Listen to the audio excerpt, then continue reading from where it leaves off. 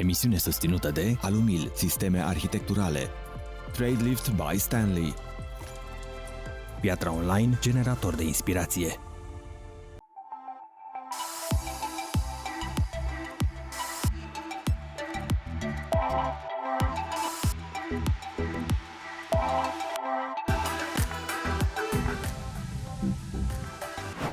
Inteligența artificială schimbă modul în care interacționăm cu locuințele noastre, dar și felul în care ne îngrijim animalele de companie. Vorbim despre litiere care se curăță singure sau care ne anunță când animalul are probleme de sănătate. Bună dimineața și bine v-am regăsit! Sunt Alexandra Conea și vă invit alături de noi în următoarele 30 de minute. Să vedem mai întâi care sunt subiectele Casa Magazin de astăzi. Astăzi la Casa Magazin mergem pe Valea Doftanei, unde descoperim o casă de vacanță realizată după principiul natural, adică un concept de construcție minim-invaziv. Vorbim și despre un eveniment manifest inedit organizat de un studio de arhitectură din capitală. La rubrica Home and Deco vorbim despre finisaje inspirate de pictorii suprarealiști și vedem cum pot fi acestea integrate în amenajările interioare. Și dacă nu știați, piatra naturală poate fi folosită și la producția de mobilier, nu numai pentru placări de pereți sau amenajări exterioare. Și pentru că toamna este cel mai bun moment de pregătit grădina, alături de arhitectul peisagist Diana Câdea vă spunem ce aveți de făcut. Începem ediția de astăzi la munte, pe Valea Doftanei, unde descoperim o construcție realizată pe principiul integrării în natură. V-am făcut curioși? Haideți să vedem reportajul. Situată în pitoreasca Valea Doftanei, această construcție este un exemplu remarcabil de arhitectură și design interior care îmbină subtilitatea cu armonia mediului natural. Proiectul arhitectural și de design interior al acestei pensiuni a fost realizat având la bază două principii esențiale: echilibrul și finețea. Aceste concepte au fost urmărite în fiecare detaliu al construcției, creând un spațiu care se integrează perfect în peisajul natural, fără a-l domina vizual, ci mai degrabă completându-l. Ne aflăm în Valea Doftanei. Este o locuință temporară care poate fi închiriată. Ea este făcută special și concepută special pentru această închiriere temporară de lungă durată. Am construit această locuință în malul lacului și cu deschidere către acesta. Clădirea a fost concepută astfel încât să împrumute din caracteristicile locului în care se află, fiind poziționată de-a lungul laturii, care oferă acces la un lac pitoresc.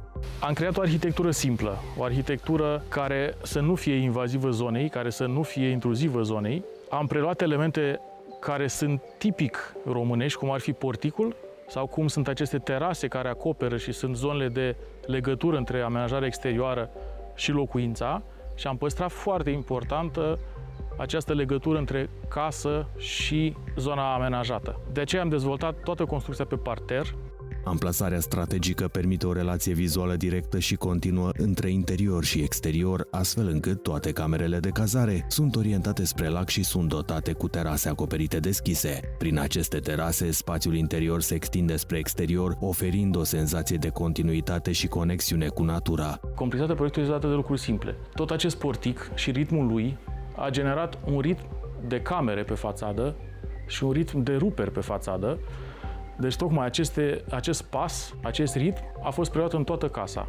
Pe de altă parte, pe latura care dă spre drumul de acces, această relație este total opusă. Materialele sunt simple și sunt naturale. Sunt materiale fără o complexitate foarte mare, dar foarte bine detaliate. Veți găsi lemn natural, fațada este lemn, iar tabla, pentru că trebuie să aibă o mentenanță relativ ușoară, este ușor de întreținut. Alegerea materialelor pentru construcție a fost dictată de dorința de a menține o paletă austeră, dar elegantă, unde rafinamentul rezultă din modul în care aceste materiale se îmbină. Și toate aceste terase sunt lăsate special într-un beton nefinisat pentru a face un contrast între cele două materiale, între căldura lemnului și specificitatea betonului, acest roughness al betonului. Interiorul pensiunii reflectă de asemenea o tranziție subtilă de la materiale mai dure și mai reci din exterior către spații mai calde și confortabile. Zona de zi se remarcă prin culori calde, pardosel din lemn și mobilier din materiale naturale, creând un ambient relaxant și primitor. Camera de zi este spectaculoasă. Deschiderea ei către lac se face prin două zone vitrate foarte mari, iar înălțimea acesteia și toată partea de structură de rezistență vizibilă îi dă un accent aparte. Structura aparentă este special lăsată în acest fel, tocmai pentru a vedea caracterul casei. Acoperișul este din lemn, este în 2 ape și veți regăsi acest V în structura grinzilor, un mix între contemporan și rustic. În zona de noapte, confortul este amplificat de utilizarea unor materiale moi și plăcute la atingere, care contribuie la atmosfera calmă și intimă a spațiilor de dormit. Rolul camerelor și conceptul camerelor a fost să te simți ca acasă, să te simți bine, să te simți într-un mediu natural. Veți vedea inserții de lemn, veți vedea contrast cu beton aparent, dar toate într-un mod foarte cald, într-un mod foarte apropiat oamenilor care stau aici. Fiecare detaliu, de la porticul tradițional la terasele deschise, reflectă o atenție deosebită la nevoile vizitatorilor și la dorința de a crea un refugiu departe de agitația cotidiană. Caracterul minimalist și funcțional din exteriorul casei îl veți regăsi și la interior. Dispunerea mobilierului, caracterul mobilierului, le veți găsi funcționale și în aceeași zonă de estetică minimală. Zona de cameră de zi este împărțită în 3 părți și aveți zona de canapea, zona de loc de luat masa și bucătăria. Cu o arhitectură ce se adaptează mediului înconjurător și un design interior care amplifică senzația de confort și intimitate, clădirea este un loc ce încurajează reconectarea cu natura într-un cadru elegant și bine gândit.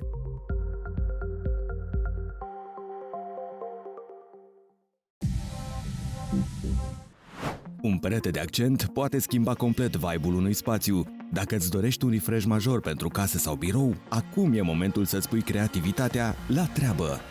Participă la concursul nostru și poți câștiga tapet cu valențe de opere de artă de la unul dintre cele mai apreciate branduri românești pentru un perete de accent wow la tine acasă.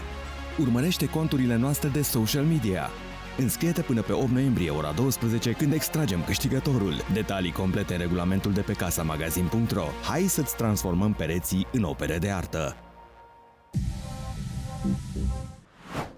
Toamna este un moment excelent pentru a pregăti grădina pentru sezonul rece și pentru a planifica viitoarele plante. Alături de arhitectul peisagist Diana Gâdea, vă oferim câteva sfaturi despre cum să pregătiți grădina pentru plantare. Toamna este o perioadă foarte importantă pentru îngrijirea grădinilor și a spațiilor verzi, marcând tranziția către sezonul rece și oferind oportunități esențiale pentru pregătirea plantelor. Această perioadă nu se limitează doar la curățarea vegetației moarte, ci implică lucrări specifice pe care ni le explică arhitectul peisagist Diana Gâdea. Bună ziua! Mă bucur tare mult să fiu din nou într-o grădină pe care o implementăm împreună de data asta. Începem din punctul ăsta în care avem puține plante plantate, mare parte din ele stă aici în jurul meu și tocmai ce s-au livrat, mă bucur foarte mult de culorile pe care încă le au. Vreau să facem împreună toată această etapă de plantare, de pus pe poziția plantei și un lucru foarte important pe care vreau să-l discutăm astăzi și să-l vizualizăm este cât de importantă este colaborarea între peisagist și inginerii horticoli și oamenii care implementează, toți specialiștii de la fața locului. Un element crucial al amenajării este etapa de plantare. Amplasarea strategică a plantelor nu doar că maximizează estetica grădinii, dar contribuie și la sănătatea lor. Este important ca fiecare specie să fie poziționată în funcție de cerințele sale de lumină, umiditate și spațiu, precum și de designul general al peisajului. Sunt două aspecte de care vreau să ținem cont acum aflându-mă lângă acest arbore. Unul este că putem întotdeauna să dublăm, să triplăm tot ce înseamnă garduri vii pentru a crea perspectivă, pentru a mări spațiu și pentru a crea profunzime curților. Al doilea aspect pe care vreau să-l adresez în momentul ăsta, aflându-mă și observând, practic, vorbind cu voi, cât de important este să analizăm structura arborelui în momentul în care acesta se livrează. Evaluarea stării arborilor la momentul livrării este vitală. Trebuie verificată integritatea trunchiului, sănătatea ramificațiilor și absența rănilor sau defectelor. Trebuie să ne uităm la el, să fie drept, să nu aibă răni pe trunchi și să aibă ramificația sănătoasă. Un lucru pe care îl vedem foarte clar la acest arbore este unul foarte sănătos, se va dezvolta foarte frumos și în afară de dublarea gardului viu, el reușește, fiind un tei, să ne aducă și un miros foarte frumos. Un alt punct important în discutarea amenajărilor peisagistice este diversificarea plantelor. Utilizarea gardului viu poate îmbogăți grădina, dar este crucial să se evite uniformitatea. Această curte și această amenajare a ajuns în fața mea în momentul în care acest gard viu deja exista. Eu sunt adepta și recomand de cele mai multe ori să nu avem gard viu pe toate laturile, pentru că creăm un peisaj monoton, creăm un element foarte static. Fiind dorința foarte mare a beneficiarului de a avea acest gard viu, singurul element pe care am putut eu să îl aduc în plus la acest gard viu a fost să dublez gardul viu cu o altă specie, chiar dacă aceasta este tot verde, tot cu frunzișul persistent, îmi creează un oarecare dinamism între diferențele de frunză și diferențele de modalitate de creștere ale plantelor. Lucrările de toamnă pentru spațiile verzi și grădini sunt esențiale pentru sănătatea pe termen lung a plantelor. Nu rata ediția viitoare în care vom vorbi despre diversificarea plantelor într-o grădină și ce specii sunt indicate pentru plantare toamna. Colaborarea între producătorii din industria home and deco românească contribuie la crearea unor interioare armonioase și deosebit de atractive. Într-o piață tot mai competitivă și orientată spre personalizare, astfel de parteneriate facilitează dezvoltarea unor colecții integrate și complementare. Industria home and deco românească este în plină evoluție, iar parteneriatele strategice între producătorii din această industrie devin esențiale pentru adaptarea la noile tendințe și provocări. La cel mai recent eveniment românesc dedicat industriei de profil, colaborarea dintre producători a fost cheia unor standuri remarcabile, unde s-a evidențiat alinierea la tendințele internaționale și inovația stilistică. Bună, Oana! Bună, Alexandra! Bine ai venit în standul nostru. Într-adevăr, anul acesta am vrut să ne depășim standardul și, într-adevăr, am reușit. A câta participare la BIFESIM este și cum vezi evoluția din anii anteriori față de anul acesta de 2024? Pentru noi este a treia participare în cadrul acestui târg. Noi suntem în această industrie de aproape 7 ani și, într-adevăr, este o evoluție vizibilă. Acest stand a fost creat cu încă 2 producători, deci suntem 3 companii în cadrul acestui stand. Am realizat că împreună putem deveni mai puternici, așadar am creat un stand mare și inimos. Tema centrală a standului a fost inspirată din stilul artistic suprarealist, punând în valoare culori vibrante și elemente de design inedite. Această alegere stilistică a permis crearea unei atmosfere care a atras imediat atenția vizitatorilor, amintind de lucrările unor mari artiști cunoscuți pentru stilul lor neconvențional. Care este conceptul de anul acesta și cu ce se diferențiază? Anul acesta am venit cu o nouă colecție care se intitulează Love Is.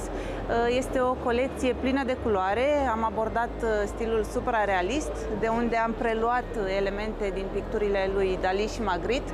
Un alt aspect important a fost completarea decorului cu mobilier special conceput, care se îmbină perfect cu tapetul și alte elemente decorative, oferind soluții unitare. Văd că aveți anul acesta în stand și piese de mobilier. Cum se leagă acestea de partea de tapet? Am simțit o nevoie în piață, pentru că timpul reprezintă în ziua de azi cel mai mare lux și oamenii vor să vină într-un loc și să își completeze întregul decor.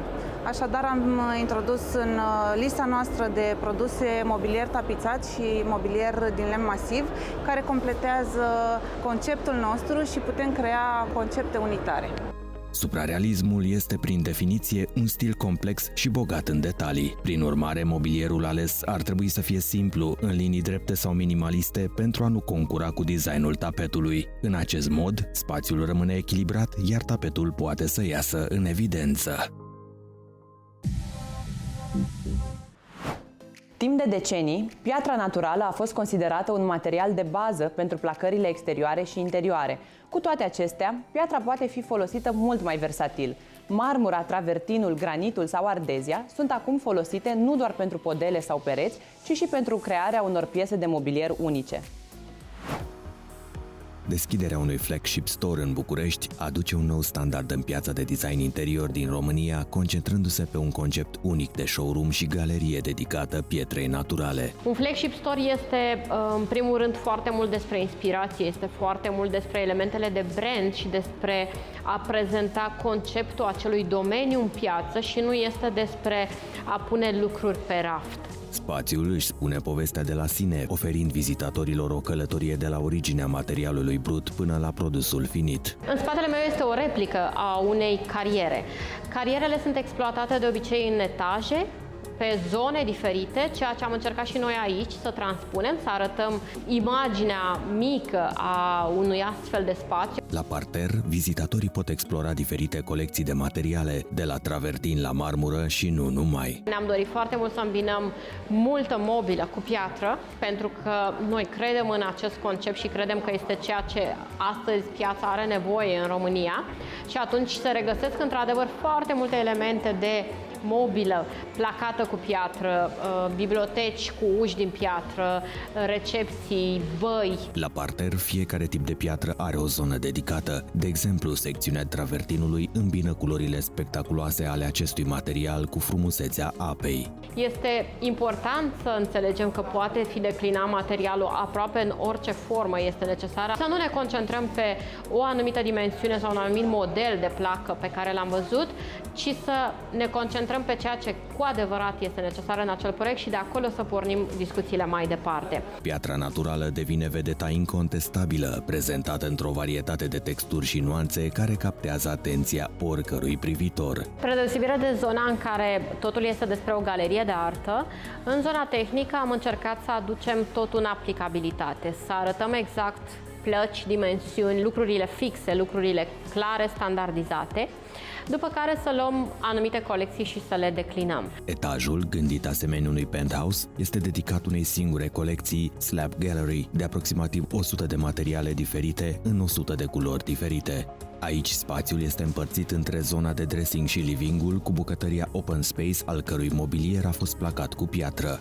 Încă o colecție pe care am lansat-o odată cu Flagship Store-ul din București este și cea legată de mozaicuri. Colecția de mozaicuri din acest moment conține pattern-uri clare, modele fixe, pe care le putem declina pe o gamă foarte variată de nuanțe.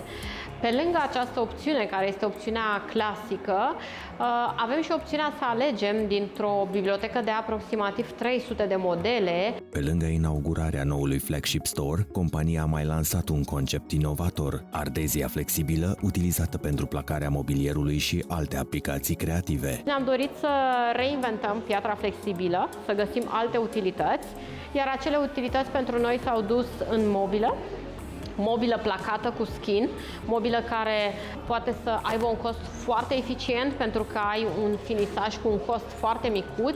Partea de blat, normal că este realizată dintr-o grosime mai mare, dintr-un material clasic, standard, dintr-un limestone în această situație, pentru că se îmbineau foarte frumos culoarea de la Ardezia Skin cu culoarea crem de la limestone-ul de Vrața. Un alt aspect important în dezvoltarea acestui concept a fost sustenabilitatea. Pe lângă utilizarea pietrei naturale, cunoscută pentru longetivitatea și reciclabilitatea sa, Flagship Store-ul promovează produse inovatoare realizate din materiale reziduale, cum sunt suporții de pahare sau tocătoarele din marmură. Un perete de accent poate schimba complet vibe-ul unui spațiu. Dacă îți dorești un refresh major pentru casă sau birou, acum e momentul să-ți pui creativitatea la treabă.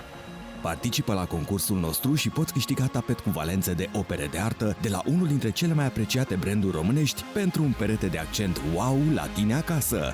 Urmărește conturile noastre de social media.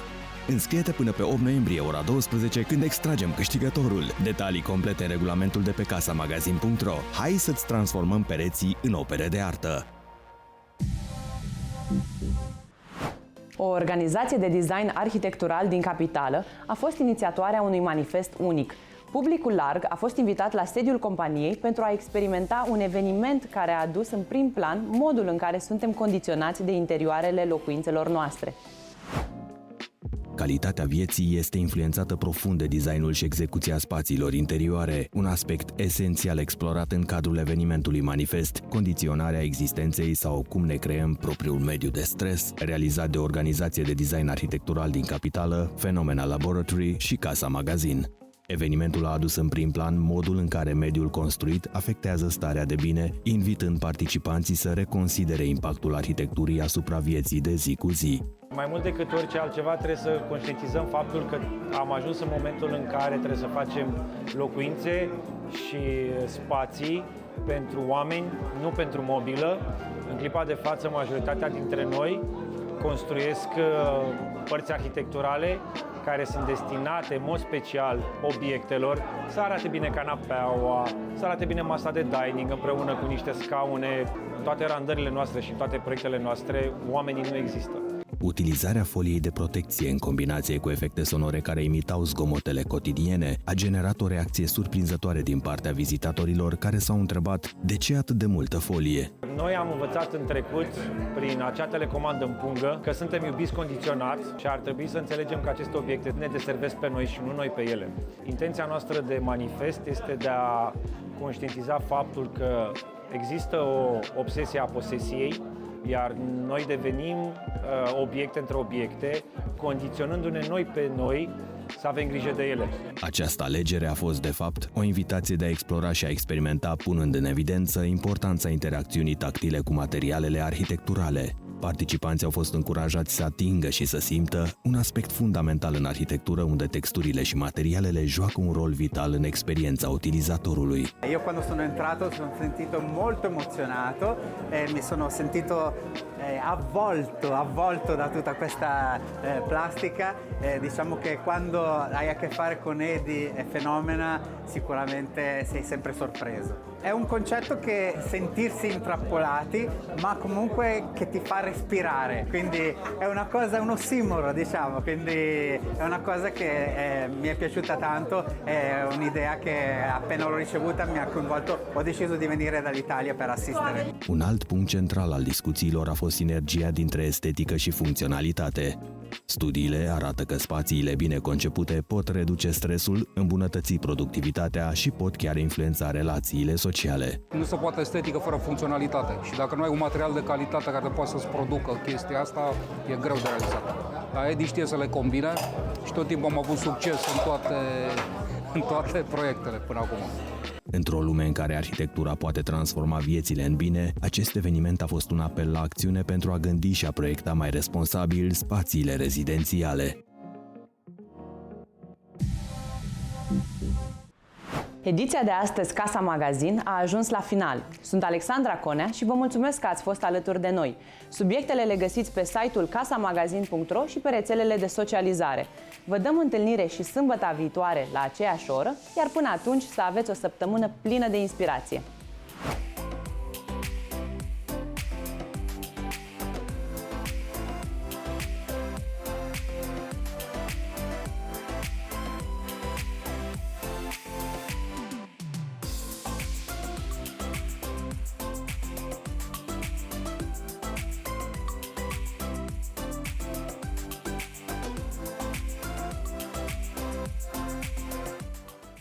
Emisiune susținută de Alumil, sisteme arhitecturale.